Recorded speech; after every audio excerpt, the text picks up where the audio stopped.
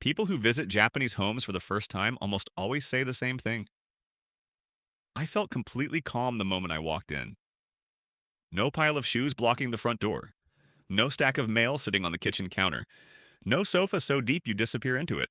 No shelf packed with decorations nobody looks at. No guest room that quietly became a storage unit. That feeling isn't accidental. It's the result of 15 very specific decisions about what a home actually needs. Today we're counting down all 15, and the last one isn't a room or a piece of furniture. It's one shift in thinking that makes every item on this list possible. Number 15, the room you're paying for but never using. Most Western homes have a guest room. It's furnished, climate controlled, and completely empty for roughly 350 days a year. You're paying mortgage or rent on a room that functions like a hotel suite for about 1 week annually. The rest of the time, it stores boxes nobody opens. Japanese homes almost never include a dedicated guest room. The home is treated as a private space rather than a venue for entertaining. When overnight guests do visit, a futon comes out of a built in closet. The room becomes whatever it needs to be. Then it goes back to being everything else. A couple in Osaka uses their spare room for morning yoga. When family visits, two futons roll out. No extra furniture purchased. No permanent setup maintained. In the West, every room gets a name before anyone moves in. In Japan, the room waits to find out what it's needed for. You don't need a dedicated guest room to be a generous host. You need a flexible room and the right storage. A room with one fixed purpose is a room wasting itself 350 days a year. Number 14. The laundry pile with a permanent address. When did laundry become a weekly emergency? In most Western homes, it's a major production. A dedicated room, a full-size washer, a dryer, and still, somehow, a permanent pile of unfolded clothes waiting somewhere in the house. Most Japanese homes don't own a dryer. Smaller loads get washed more often. Clothes hang on a balcony rail or a compact indoor rack. Usually every day. The pile never builds because the cycle never stops long enough to create one. A woman in Tokyo runs a half load every morning before work. By the time she gets home, it's dry. She folds 5 minutes worth of clothes.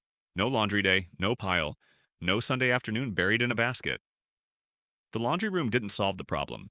It gave the pile a permanent address. Washing smaller loads more often takes roughly the same total time, but the backlog disappears completely.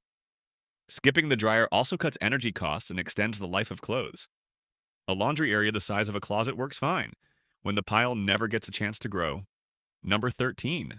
The closet that keeps filling, no matter how big it gets. 42% of Americans say clothing is their biggest source of home clutter. Walk-in closets keep expanding, and they keep filling back up. More space doesn't solve the problem, it just postpones it.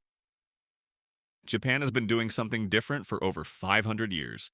Twice a year, once in early summer, once in early fall, Japanese households do a complete wardrobe swap.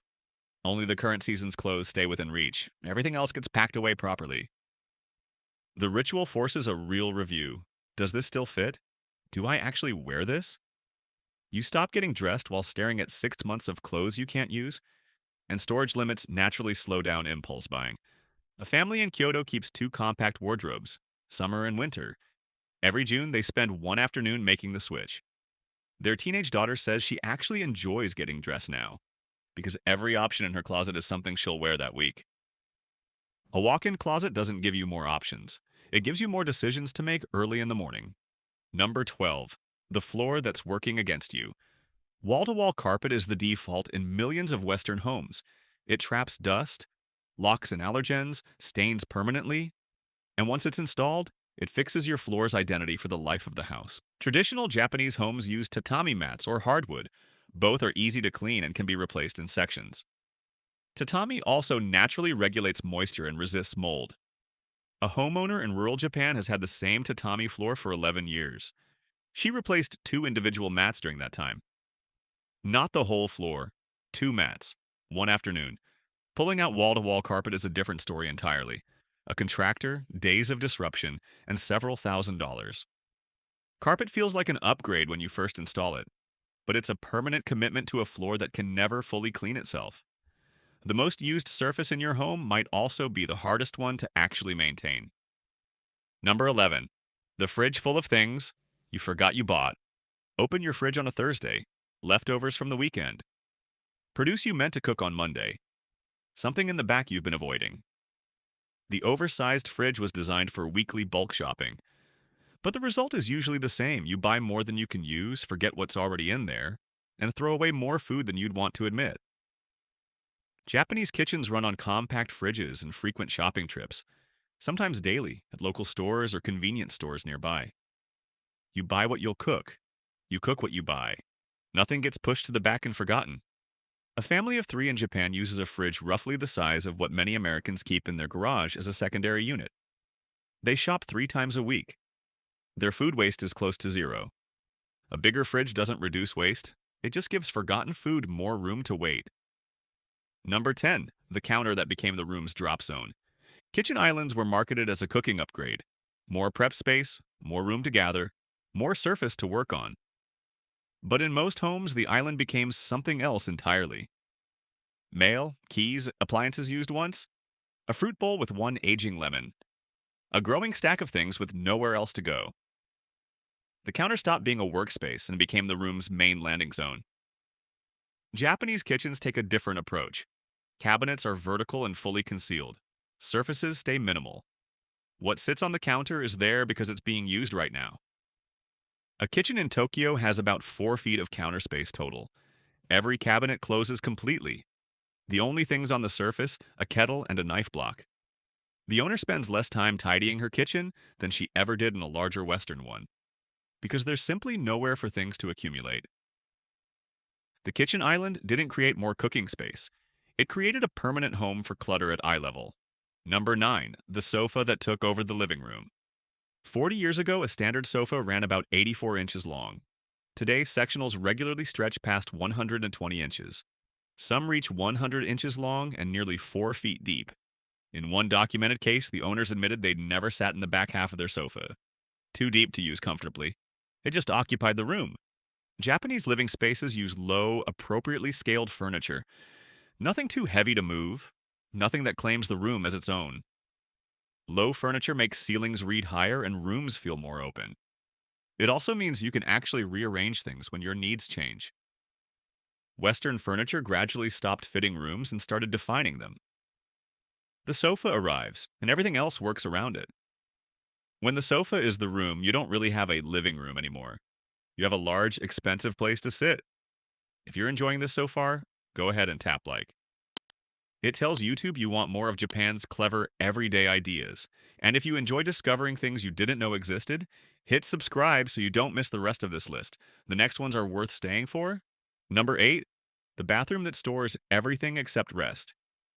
Western bathrooms are increasingly built for storage. Wide vanities, medicine cabinets, undersink organizers, linen closets. The bathtub is shallow and rarely used. The shower is quick and functional. The room holds products. It doesn't restore the person using it. Japanese bathrooms divide the space into distinct zones. The toilet has its own separate area.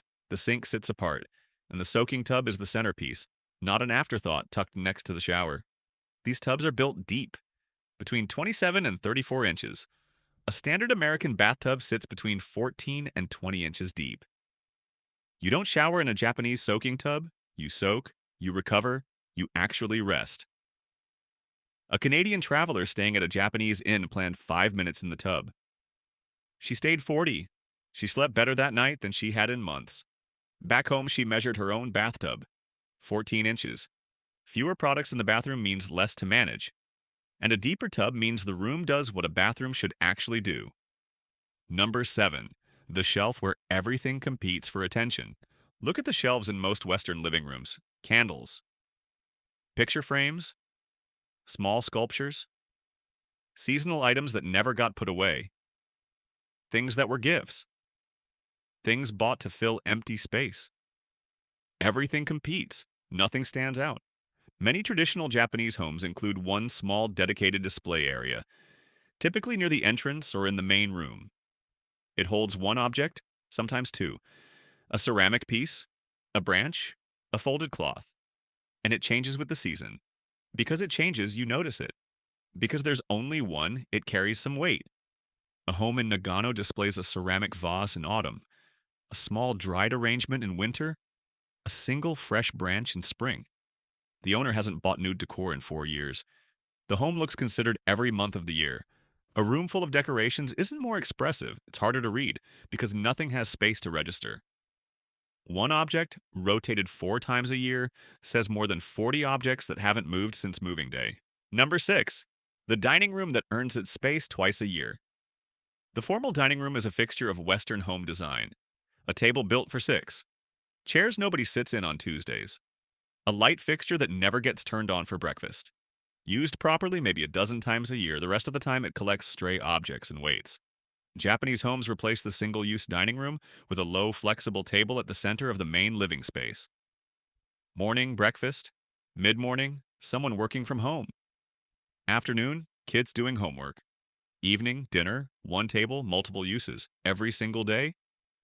One family described looking back at the formal dining room they'd owned before and laughing. It earned its floor space twice a year, they said.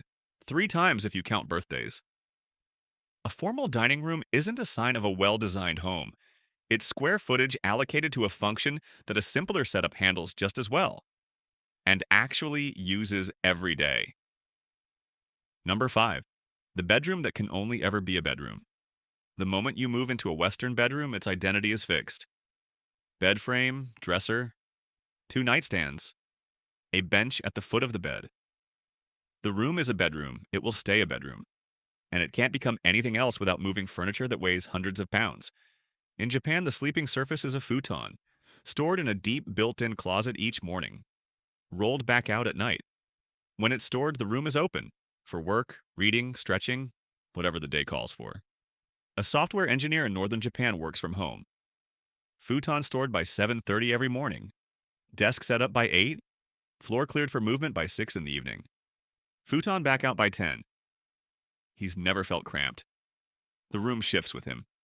A Western bedroom spends 16 hours a day not being used as a bedroom. The furniture just never got the memo. Number 4. The kids' room that gets renovated every 4 years. Every phase of childhood costs money in the West. A nursery for the newborn, updated for the toddler, redone again for the school-age kid. Completely different by the time they're a teenager. Each phase means new furniture, new paint, and a room that stops working on a predictable schedule. A flexible Japanese room has no fixed identity. It serves whoever is using it, at whatever stage of life they're in. A couple in Hiroshima used the same room for their daughter from birth through her teenage years. At 2 years old, a small playmat and a futon. At 14, a low desk and the same futon. The walls were never repainted. No new furniture arrived. The room just adapted. When you design a room specifically for a 2-year-old, you're also designing in a renovation about 4 years from now. Number 3. The storage unit full of things you've already moved on from. 1 in 3 Americans is currently renting a storage unit. The average American unit runs 150 square feet. The average Japanese unit is around 30 square feet, 5 times smaller. That gap didn't happen by accident. In Japan, many households follow a 3-step process when deciding what to keep. Refuse, discard, separate. The first step isn't about clearing things out. It's about stopping things from entering in the first place. The maybe someday object never makes it through the front door. A woman in central Japan inherited a house full of her parents' belongings. Rather than renting a unit to hold everything, she spent 3 months going through each object and asking one question. Would I buy this today? At the end, she had a home with room to breathe. No storage rental, no overflow, no lingering guilt. Everything sitting in a storage unit was once carried in through someone's front door. The storage unit didn't create the problem. The front door did. Number 2. The entryway that lets the outside follow you in. In most Western homes, the front door opens straight into the living space. Shoes pile up near the door. Coats land on whatever's nearby. Bags get dropped in the middle of the hallway. There's no real boundary between outside and inside. So everything from outside, the dirt, the noise, the weight of the day, just follows you in. Japanese homes have a small built-in transition zone right at the entrance. A single step, slightly lower than the rest of the home. Shoes come off there, the outside stays there. Then you step up into the house. A woman who spent 2 years living in Japan brought this one habit home with her. She set up a small mat and a low bench at her front door. Shoes stay there. Nothing else. Within a month, she felt noticeably calmer when she got home, and her floors were cleaner without any extra effort. She added about 2 square feet of intentional space. The effect was larger than any renovation she'd previously done. Your home's mood is often set in the first few seconds after you walk in. Without a transition, the outside doesn't stop at the door. Number one, the one habit that makes all of this possible. Everything on this list points to the same underlying difference. Western homes are built around a simple assumption. When you run out of space, you get more space. Bigger closets, larger fridges, extra rooms, rented storage. The home keeps expanding to absorb whatever comes through the door. In Japan, the home has a set capacity, and instead of expanding the home, the question becomes what actually needs to come in? When something new enters, something old leaves. When a room shifts to one use, it lets go of another. A man relocated from Chicago to Osaka for work. 2 suitcases, a 480 square foot apartment. He expected to feel cramped. Instead, he felt clear. Over the following year, he stopped buying things he wouldn't use right away, stopped holding on to things he didn't actually want, and let go of the storage unit he'd been paying for in Chicago for 3 years. Eventually, he moved back to the US into a house 3 times the size. Within 6 months, it had filled back up. The apartment didn't teach me minimalism, he said. It taught me what enough actually feels like. The homes on this list aren't stripped down versions of Western homes. They were built around a different starting question. Not where does everything go, but what actually needs to be here. One quick thing before you go. A lot of what you saw today isn't purely about philosophy. Japan has some of the most expensive urban land in the world. Compact homes weren't always a lifestyle choice. They were shaped by real economic and geographic limits. But habits that formed around those limits turned out to produce something most people who experience them don't want to leave behind. You don't have to rip out your carpet. You don't have to replace your sofa. But if even one item on this list made you look at a room differently, that's the point. If you want to keep discovering smart ideas from Japan, hit like and subscribe. And check out the next video on your screen. It's full of ideas you won't believe nobody told you about sooner.